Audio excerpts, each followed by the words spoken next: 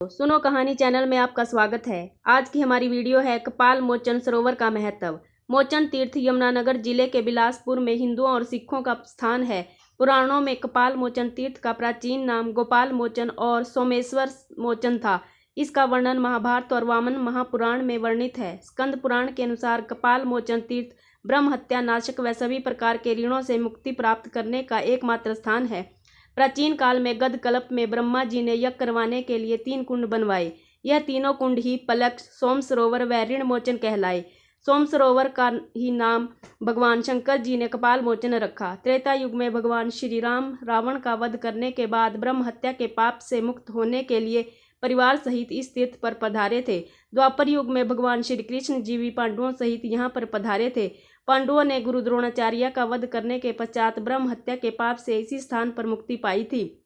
श्री गुरु नानक देव जी भी यहाँ पर आए थे और उन्होंने भी यहाँ पर मानवता का संदेश दिया था। सन 1688 में भांगनी की लड़ाई के बाद श्री गुरु गोविंद सिंह जी भी कपाल मोचन पधारे और पहाड़ी शासकों के खिलाफ इस विजय युद्ध में लड़े।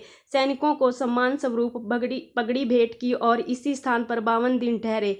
उन्होंने कपाल मोचन व ऋण मोचन में स्नान किया व अपने अस्त्र शस्त्र धोए थे। कपाल मोचन व ऋण मोचन सरोवर के बीच एक अष्टकोणाकार का गुरुद्वारा भी स्थित है, जहाँ पर श्री गुरु गोविंद सिंह जी ने वरदान दिया था, जो भी कार्तिक पूर्णिमा पर गुरुपुर्ब के अवसर पर यहाँ पर कोई भी मनोकामना करेगा, उसकी मनोकामना शीघ्र अतिशीघ्र पूरी होगी। जिस कारण इस दिन लाखों सिख संगत यहाँ पर श्री गुरु नानक देव जी का प्रकाश पर्व मनाती है। श्री गुरु नानक देव जी इस स्थान पर एक बार व श्री गुरु गोविंद सिंह जी यहाँ पर 2 बार पधारे हैं। वह इसी स्थान पर अपना घोड़ा भी बांधा था।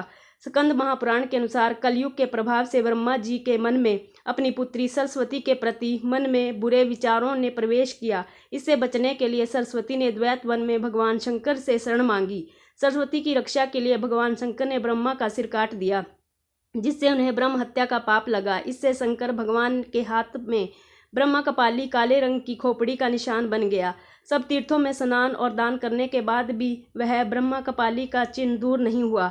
घूमते घूमते भोलेनाथ पार्वती सहित कपाल मोचन तालाब के निकट देव शर्मा नामक एक ब्राह्मण के घर साधु के रूप में ठहरे। रात के समय ब्राह्मण देव शर्मा के आश्रम में गाय का बछड़ा गौ माता से बात कर रहा था कि सुबह ब्राह्मण उसे जान से मार देगा। इससे क्रोधित बछड़े ने कहा कि वह ब्राह्मण की हत्या कर देगा। इस पर गौ माता ने बछड़े को ऐसा करने से मना कर दिया, क्योंकि बछड़े को ब्रह्म हत्या का पाप लग जाएगा। इस पर बछड़ा अपनी माता से कहने लगा कि मैंने कपाल मोचन सरोवर में काले कौवे को तालाब में स्नान कर सफ़ेद होते हुए देखा है, और कहा जब काले कौवे का काला रंग मिट सकता है तो ब्रह्म हत्या का पाप भी मिट सकता है। जब बछड़े ने उस ब्राह्मण को मार दिया, जिस कारण बछड़े का रंग काला पड़ गया, तब बछड़े ने कपाल मोचन सरोवर में स्नान किया और फिर से सफ़ेद हो गया। परंतु बछड़े के सींग व पैर काले ही रह गए, क्योंकि सींग पानी के ऊपर थे व पांव सरोवर की मिट्टी में धंसे होने के कारण सफ़ेद नहीं हो पाए। इसी ही कारण से गाय व बछड़े व के सींग व पांव काले रहते हैं। और इसी ही घटना के प्रत्यक्ष रूप कपाल मोचन के घाट पर गऊ बछड़े का मंदिर स्थापित है। जब माता पार्वती ने इस सारी घटना को देखा व शिवजी को बताया, तब शिवजी ने भी इसी सरोवर में स्नान कर दान पुण्य किया। तब कहीं उसके बाजू पर बना ब्रह्म कपाल का चिन्ह मिट गया था एवं ब्रह्म हत्या के पाप से मुक्त हुए थे। शिवजी ने इसी सरोवर में स्नान किया, इससे उनका ब्रह्म कपाली दोष दूर हो गया। इसलिए भगवान शंकर जी ने सोम सरोवर के इस क्षेत्र का नाम कपाल मोचन रखा था। पौराणिक इतिहास के आधार पर कहा जाता है कि ऋण मोचन सरोवर में स्नान करने से मनुष्य सभी प्रकार के ऋणों से मुक्त हो जाता है, चाहे वह धन का ऋण, माता पिता का ऋण, भ्राता व भंगिनी, मित्र या गुरु ऋण ही क्यों न हो। इसी ही सरोवर पर भगवान श्री कृष्ण ने पांडवों सहित पिंडदान करवाया था। वह पितृ ऋण से मुक्त हुए थे। पितृ ऋण से मुक्त होने के कारण ही इस सरोवर का नाम ऋण मोचन नाम से मशहूर हुआ। पौराणिक इतिहास के आधार पर कहा जाता है कि सिंधु वन के इस पवित्र स्थान पर माता कुंती ने सूर्य देव की उपासना की थी, जिसके कारण पुत्र के रूप में कर्ण की प्राप्ति हुई थी। सूरज कुंड सरोवर में स्नान करने से आत्मिक शांति व शारीरिक स्वास्थ्य प्राप्त होता है व ज्ञान में वृद्धि होती है। धन्यवाद।